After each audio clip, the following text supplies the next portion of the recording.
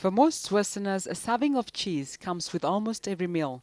But finding cheese that is appealing to their palate can be a challenge in a foreign country like Kenya, where cheese making is left to the already established dairy processing firms. The Browns, the founders, had 2 cows. They didn't drink that much milk, so they started making cheese each day.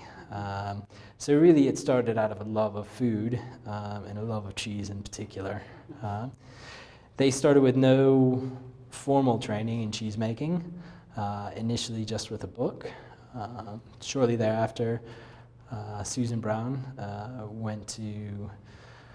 did some formal training in the UK, just a week or so, and from there it's been pretty much trial and error.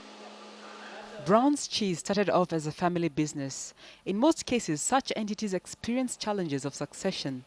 However, sound management systems and an understanding of the business environment helps their growth to become more seamless.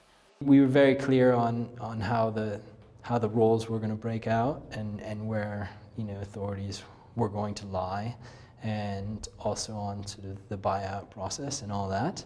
But what we found is we've been pretty effective, I think, at transferring knowledge from the original generation to the next generation without too much conflict. One feature that stood out with this venture was the minimal automation involved in the cheese-making processes and the hands-on dexterity by the cheesemakers at a time when most ventures are opting to automate. We think that making cheese by hand is the most authentic way to do it. We feel that we get better quality product by making it by hand. We feel that our cheesemakers have a special knowledge of how they make cheese and how the process should go, and they're able to observe that much better than if they just press a button and the machine makes it. The growth has nonetheless been smooth for the Browns. In Kenya, certainly, you want to build a brand, and then you want to defend that brand. Anywhere you're going to have followers, or if you're good, you'll have people who copy your model, copy your branding and your styling and your product line, all those things.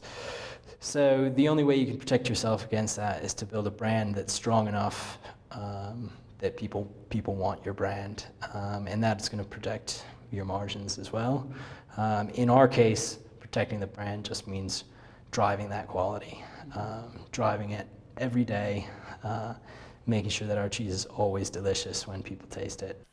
Resounding amongst most entrepreneurs I've come across, resilience and determination are key components to success of their entities.